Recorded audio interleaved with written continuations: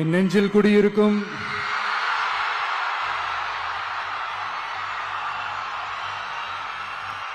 கரூர் சொந்தங்கள், உங்கள் அனைவருக்கும் என்னுடைய வணக்கம்.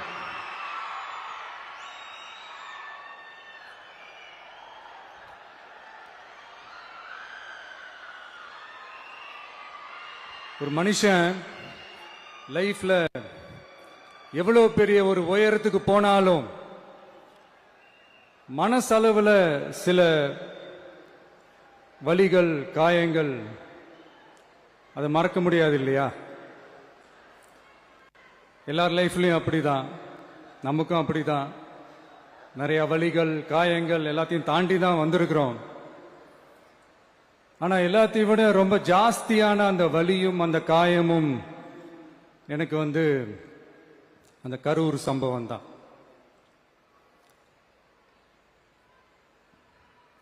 மக்களை சந்திக்கணும், மக்கள் பிரச்சனைகளை எடுத்து பேசணும். அதுக்காக தான் அந்த மக்கள் சந்திப்பு பயணத்தை தொடங்கி திருச்சி, அரியலூர், நாகப்பட்டினம், திருவாரூர், நாமக்கல், கரூர் அப்படின்னு சொல்லிட்டு போயிட்டு இருந்தோம்.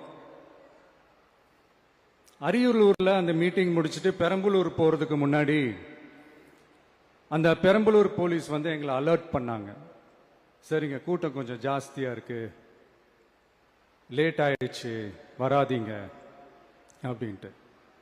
So we had no choice. Police சொன்னால் நம்ம அதை ஒபே பண்ணி தானே ஆகணும். அதே நேரத்தில் பெரம்பலூர் மக்களோட அந்த சேஃப்டியும் மைண்டில் எடுத்துக்கிட்டு ஒரு மன வலியோடவே திரும்ப போயிட்டோம். அதுக்கப்புறம் பெரம்பலூர் தொகுதி மக்களுக்கு மன்னிப்பும் கேட்டோம்.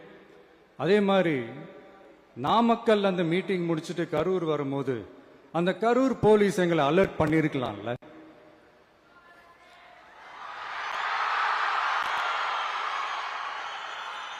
இல்ல சார், இங்க எதிர்பார்த்ததை விட கொஞ்சம் கூட்டம் அதிகமா இருக்கு, கண்ட்ரோல் பண்ண முடியல, வராதீங்க. அண்ட் போலீஸ் நினைச்சா அவங்க அந்த மீட்டிங்கே கேன்சல் பண்ணலாம். ஏதோ தப்பா இருக்கு, ஏதோ தப்பா தோணுது அப்படின்னு நினைச்சிட்டாலே they have all the rights to cancel the meeting. எங்ககிட்ட கேட்கணும்லாம் ஒன்றும் அவசியமே கிடையாது. ஆனா அதையெல்லாம் எதுவுமே செய்யாம அந்த ஹைவேல இருந்து அந்த ஸ்பாட்டுக்கு போலீஸே எங்களை உள்ள கூட்டிட்டு வந்து விட்டு அந்த நாடகம்லாம் இருக்கு பாருங்க.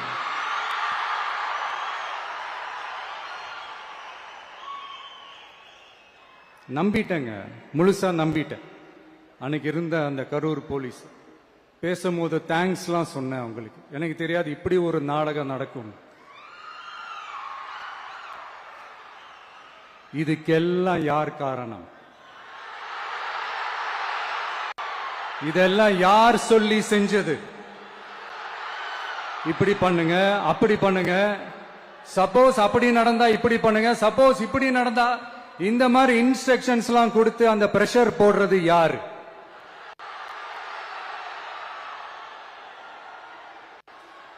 அந்த சம்பவத்தில் நம்ம யாரெல்லாம் இழந்திருக்கோம் தெரியுமா? ஒரு டிவியில என் படமோ பாட்டோ வந்துச்சுன்னா, அம்மா விஜய் மாமா, அம்மா விஜய் மாமா அப்படின்னு சொல்லி அவங்க அம்மா கிட்ட சிரிச்சுக்கிட்டு அந்த டிவி ஸ்கிரீனை போய் தொட்டு முத்தம் கொடுத்துக்கிட்டு என் அக்கா தங்கச்சிங்களோட தங்க பிள்ளைகளை இழந்திருக்கோம்யா. மழலை கூட சரியா வராதப்போ ஒரு பேப்பர் மேகசின்ல என் போட்டோவை பார்த்தா அது சிரிச்சுக்கிட்டு அந்த கள்ளங்கபடம் இல்லாத அந்த சிரிப்பு, அந்த கடவுள் மாதிரி இருக்கிற அந்த பச்சை பிள்ளைங்களை இழந்திருக்கோம்யா. என் அக்கா, தங்கச்சி, அண்ணன், தம்பி, குடும்ப உறவுகளை இழந்து அந்த வலியோட இருக்கிற என்ன நீங்க ஏளனமா பேசுறீங்களா? என் மேல பழிய தூக்கி போடுறீங்களா? இப்படி ஒரு சம்பவம் நடந்துருச்சு. இது ஏன், எதனால, அதுக்கான பின்னணி என்னன்ட்டு அந்த வலியோட வீட்டுல உட்கார்ந்துட்டு இருக்கிற ஓடி ஒளிஞ்சிட்டான்னு வர சொல்றீங்களா? வாயின்னு முன்னிருந்தா என்ன வேணாலும் பேசுவீங்களா?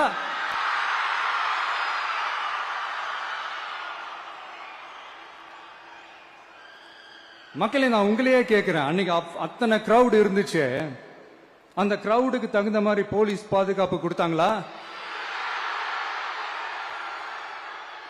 இந்த இடத்தை எடுத்துக்க சொல்லி நாங்க தான் சொன்னோம்னு ஒரு போலீஸ் ஆபீசர் பேட்டி கொடுக்கிறாரு. அதுக்கு என்ன அர்த்தம்? இவ்வளவு வலி, இவ்வளவு காயங்கள் கொடுத்துட்டு பழிய தூக்கி நம்ம மேல போட்டுட்டு அதுல ஒரு அரசியல் ஆதாயம் தேடுறீங்களேயா? இதுல வாய் கூசாம சட்டசபையில ஸ்டாலின் சார் நம்ம மேல திருப்பி விட்டு அங்க ஒரு அரசியல் செய்யறாரு. அதுக்கு என்ன அர்த்தம்? நமக்காக வந்திருக்கிற மக்களை காக்க வைக்கிறதுக்கு நான் ஒன்னும் ஆதாயம் தேடுற அரசியல்வாதி எல்லாம் கிடையாது. மக்களுக்காக அரசியலுக்கு வந்தவன் இந்த விஜய். எனக்காக எல்லாமும் கொடுத்த என் மக்களுக்காக எல்லாத்தையும் விட்டுட்டு மக்களுக்காக மட்டுமே அரசியலுக்கு வந்தவன் இந்த விஜய். அவங்களுக்காக நன்றி கடன் செலுத்துறதுக்காக மட்டுமே அரசியலுக்கு வந்தவன் இந்த விஜய். உங்களுக்கு தான் இந்த விஜய் பத்தி நல்லா தெரியுமே. ஆனா நம்ம எல்லாருக்குமே இத்தனை வலிகள் காயங்கள் கொடுத்தவங்களுக்கு இந்த 2026 தேர்தலில் தக்க பதிலடி கொடுத்துட்டீங்க. ஆனா அது மட்டுமே பத்தாது மக்களே, அது மட்டுமே பத்தாது. காலகாலத்துக்கும் எழுந்திருக்கவே முடியாத அளவுக்கு நிரந்தரமான ஒரு பதிலடியை நீங்க கொடுத்துக்கிட்டே இருக்கணும்.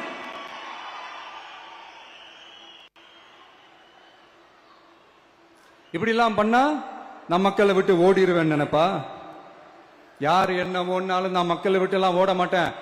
அன்னைக்கும் சொன்னேன், இன்னைக்கும் சொல்றேன், நாளைக்கும் சொல்றேன், தில்லா சொல்லுவேன், கெத்தா சொல்லுவேன். பணமா ஜனமா அப்படின்னு கேட்டா என் ஜனம் தான் எனக்கு முக்கியம்.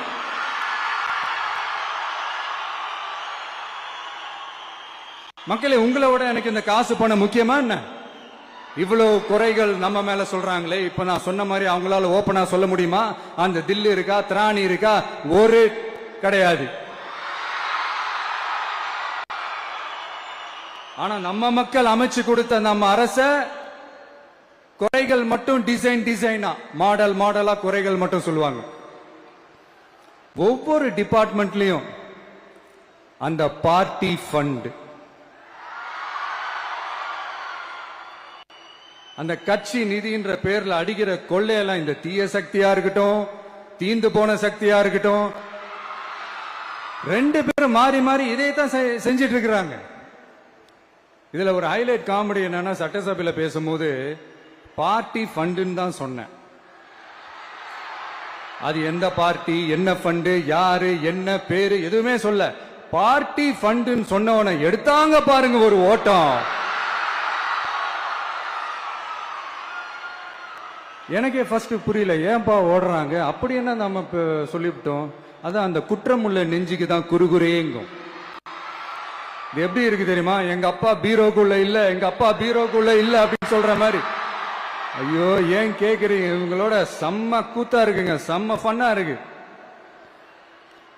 சென்னையில ஒரு பாலம் கட்டுறதுக்காக நார்மலா ஆகிற செலவை விட அதிக செலவுல, கிட்டத்தட்ட டபுள் மடங்கு செலவுல ஒரு டெண்டர் ஒண்ணு விட்டுருக்கிறாங்க. அதையெல்லாம் தோண்டி எடுத்து அதெல்லாம் இப்போ கண்டுபிடிச்சு கேன்சல் பண்ணியிருக்கிறோம். இன்னும் எத்தனை கோடி ஊழல், எத்தனை லட்சம் கூடல் தோண்ட தோண்ட வருமோ எங்களுக்கே தெரியல. ஒவ்வொரு முகமுடியா கிழியுது.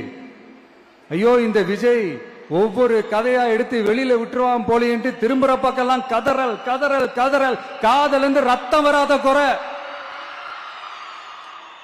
ஆமா, இப்படி ஊழல் ஊறி போனவங்க இப்படிதான் இருப்பாங்க. இந்த 50-55 நாட்கள்ல அங்க செஞ்ச சில விஷயங்கள் சட்டசபையிலே எடுத்து சொன்னேன். பட் இங்க ஒரு சில விஷயங்கள் சொல்லணும்னு நினைக்கிறேன்.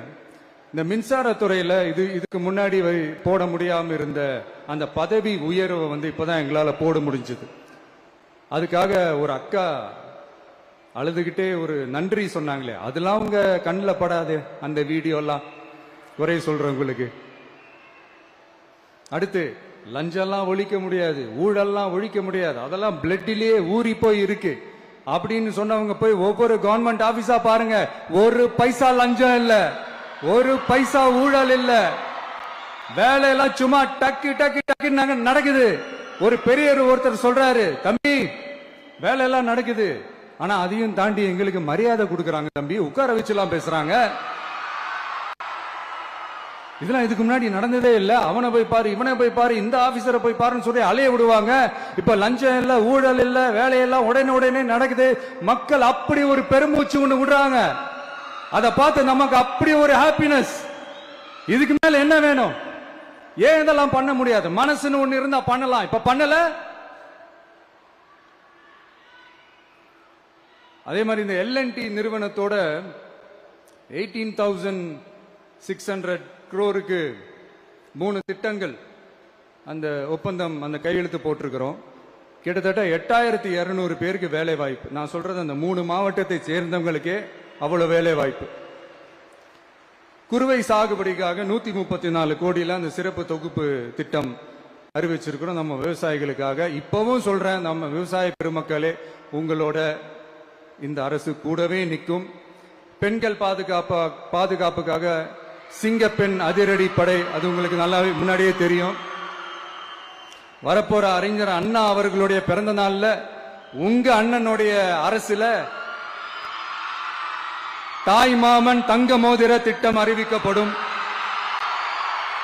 இதெல்லாம் கேட்டாங்களே, வாக்குறுதி கொடுத்தீங்களே, என்னாச்சு என்னாச்சுன்னு. இந்த தீய சக்தி மாதிரி ரியல் தாய் மாமன்லாம் கிடையாது, ரியல் தாய் மாமன். எப்படி ரியல் தாய் மாமன்.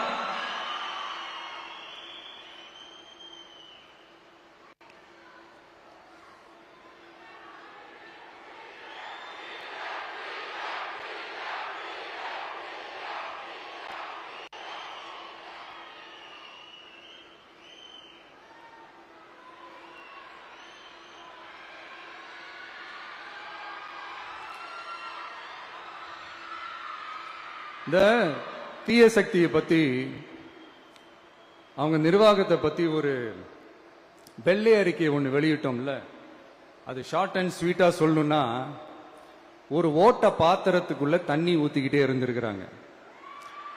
பாத்திரம் எம்டியாவே இருந்திருக்கு, ஆனா ஊத்துன தண்ணி தான் எங்க போச்சுன்னு தெரியல. கடவுளுக்கு தான் வெளிச்சம். அது மாதிரி இப்ப நம்ம சொன்னதெல்லாம் சும்மா ஒரு சாம்பிள் தான். இன்னும் வரப்போற நாட்கள்ல உங்க அரசனுடைய அந்த விஸ்வரூபத்தை நீங்க பாப்பீங்க. அடுத்து வாயத் தொடங்க சிஎம். அடாடா, உங்க சிஎம் நெஞ்சிலேயே குத்திட்டு வந்தீங்க பாருங்க, அதெல்லாம் வேற லெவல். பேசுங்க பேசுங்கன்றீங்க, பேசுனா எந்திரிச்சு ஓடிடுறீங்க. இனிமே பேச ஆரம்பிக்கிறதுக்கு முன்னாடி என்ன பண்ணணும் அப்படின்னா, ஒரு நண்பர் ஒருத்தர் சொன்னார், மாண்புமிகு பேரவைத் தலைவர் அவர்களே எல்லா டோரையும் இழுத்து லாக் பண்ணுங்க அப்படின்னு சொல்லிட்டு தான் பேச்ச ஆரம்பிக்கணும் போல் இருக்கு. ஏன்னா பேசிட்டு இருக்கும் போது எந்திரிச்சு ஓடிடுறாங்க. 5 நிமிஷம் பேசினதுக்கே குளத்தூர்ல கொத்து பரோட்டா போட்டாங்க. இதுக்கு மேல பேசினா மொத்தமா முடிஞ்சிடும், பாத்துக்கங்க. நாம அரசியல் பேசினா விஜயெல்லாம் அரசியல் பேசலாமா அப்படிங்கிறது. சரிப்பா, நமக்கு எதுக்கு வம்பு, நம்ம பாட்டுக்கு நம்ம வேலையை பார்ப்போம், எதுக்கு அவங்கள பத்தி பேசிக்கிட்டு அப்படின்னு இருந்தா விஜய்க்கு அரசியலே பேச தெரியல அப்படிங்கிறது. இப்படியே மாறி மாறி மேகதாது அணையை பத்தி என்ன தெரியும், விஜய் அதை பத்தி பேசல. இப்படி நம்ம அரசியலுக்கு வந்ததுல இருந்தே ஒரு கூட்டம் குறை மேல குறையா சொல்லிக்கிட்டு, பாட்டுக்கு பாட்டு கச்சேரி எங்களுக்கும் பண்ண தெரியும், பண்ணலாமா? இந்த மேகதாது அணை சம்பந்தமான அந்த வழக்குல தமிழ்நாட்டோட பெட்டிஷனை சுப்ரீம் கோர்ட் எப்போ ரிஜெக்ட் பண்ணுச்சு? அப்ப யார் ஆட்சியில் இருந்தா? ஏன் ஒழுங்கா வாதாடல? நீங்க ஒழுங்கா வாதாடி இருந்தீங்கன்னா அதை ரிஜெக்ட் பண்ணியிருக்க மாட்டாங்கல்ல. ஏன் ஸ்டாலின் சார் வேணும்னே விட்டுட்டாரா? ஏன் இப்படிலாம் கேள்வி கேட்கலாமா?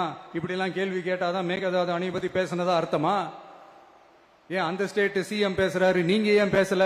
அப்படின்னா நம்ம ஸ்டேட்டோட உரிமையை எங்க நிலைநிறுத்தணுமோ அதுக்காக வேலை பார்க்கறது மட்டும்தான் முக்கியம். சும்மா சவால் விட்டுக்கிட்டு சீண்டி பார், நான் யார் தெரியுமா, தொட்டு பார், இப்படிலாம் பேசிக்கிட்டு இருந்தா வேலைக்கு ஆகாது. சும்மா பேசி பேசி பிரச்சனையை வளர்த்துக்கிட்டு யார் மேலேயாவது பழிய தூக்கி போட்டுட்டு அப்புறம் மக்களை அம்போன்னு தெருவில் விட்டுட்டு இப்படிதான் ஒரு அரசியல் பண்ணணும்னா அந்த அரசியல் நமக்கு தேவையும் இல்லை, அதை நம்ம செய்யவும் போறதில்லை. Talk less work more mode தான், அதுதான் நம்ம பாலிசியே. அதனாலதான் சட்டசபையில அந்த அரசினர் தீர்மானம்னு சொல்லி ஒன்று கொண்டு வந்தோம். அது எப்படி டு டேக் இட் ஃபார்வர்ட், எப்படி கொண்டு போகணுமோ அதை சரியா செய்வோம்.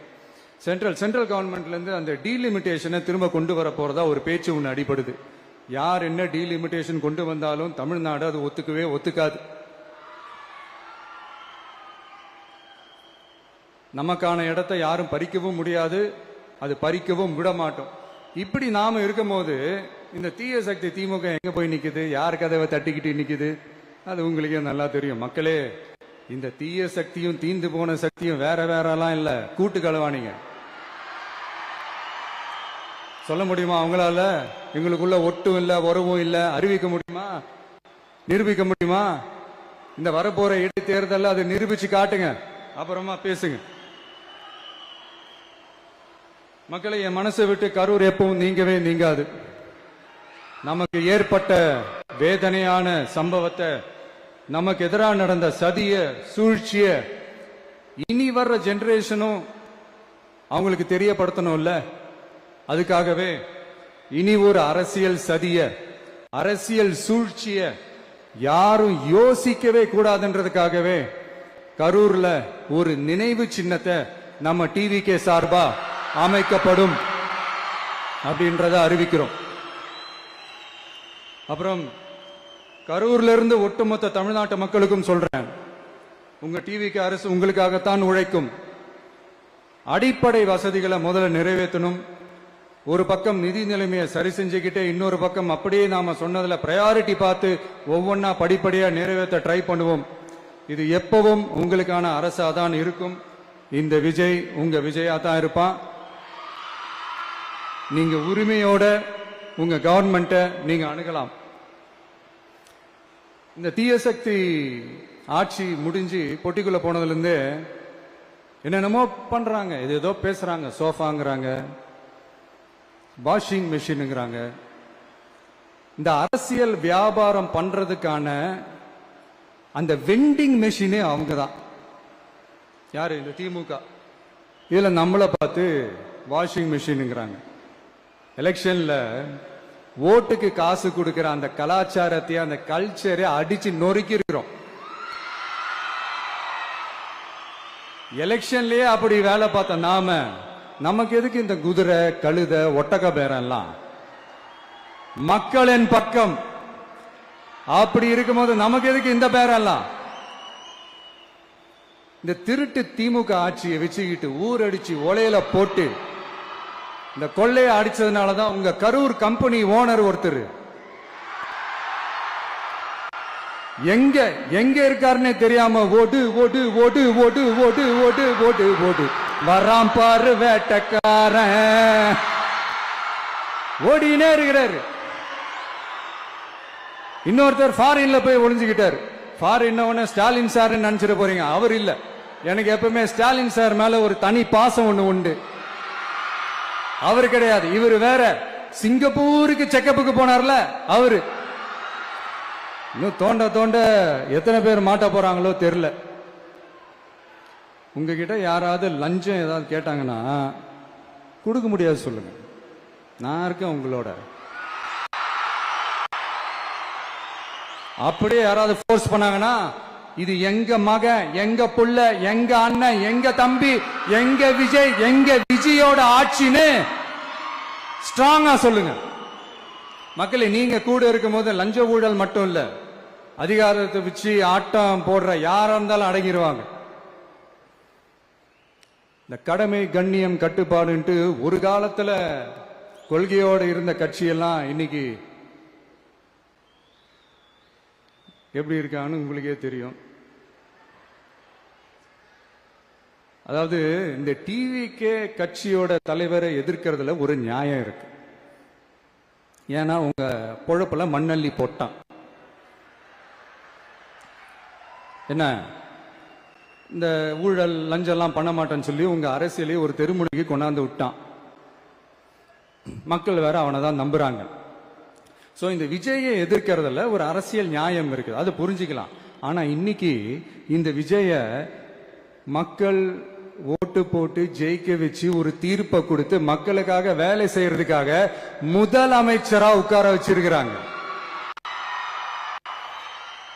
என்னமோ இன்னமும் நீங்க தான் ஆட்சியில் இருக்கிற மாதிரி. விஜய் கரூருக்கெல்லாம் போக கூடாது, விஜய் இங்க போக கூடாது, அது செய்யக்கூடாது, இது செய்யக்கூடாதுன்னு எனக்கு புரியலையே. ஆட்சியில் இருக்கும் போது தான் இவ்வளவு கட்டுப்பாடெல்லாம் போட்டீங்க, SOPs எல்லாம் போட்டீங்க, ஸ்டாலின் சார் ஆபரேட்டிங் ப்ரொசீஜர்லாம் போட்டீங்க. இப்பவும் அதே பண்ணிட்டு இருந்தீங்கன்னா என்ன சார் நியாயம்? இல்ல, நான் தெரியாம தான் கேட்கிறேன். இன்னும் கனவுலயே இருக்கிறீங்களா? முதல்ல முழிச்சு வாங்க, ரியாலிட்டிக்கு வாங்க. உங்க ஆட்சியெல்லாம் வீட்டுக்கு போய் டிவிக்கேன்னு ஒரு ஆட்சி வந்து ரொம்ப நாள் ஆச்சு.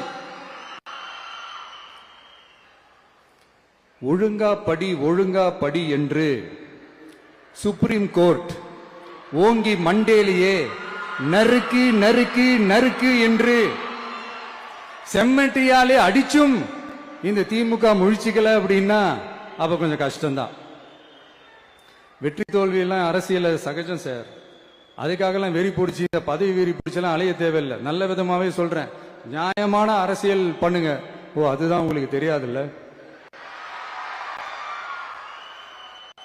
இந்த தீய சக்தி திருத்தவும் முடியாது, அவங்களா திருந்துவாங்கன்னு பார்த்தா அதுவும் நடக்க போறதில்ல. அதனால வரப்போற இடைத்தேர்தல மக்களே இந்த தீய சக்தி திமுகவை நல்லா வெச்சு வெளுத்து விடுங்க.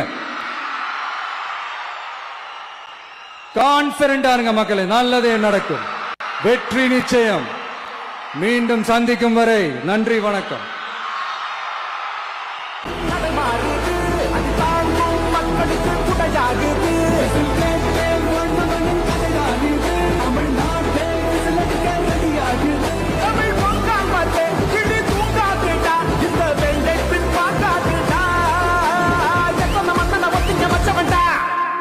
நான் தன்னந்தனியாளு, நீ நம்ம பாரு. கொஞ்சம் நவந்தானா நீங்க எட்டு தோடி பேரு. நல்ல போலீஸ் கேட்டு எங்க விசில் சத்தம் கேட்டு நல்லா வந்தா பாடு நீ விசில் கடி ஓட்டு.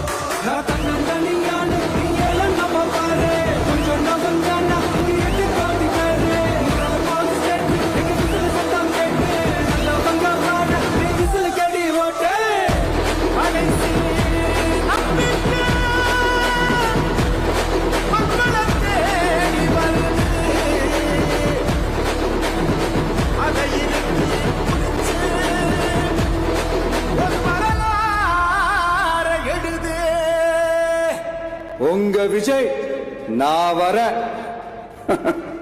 விசில் அடிக்க ரெடியா?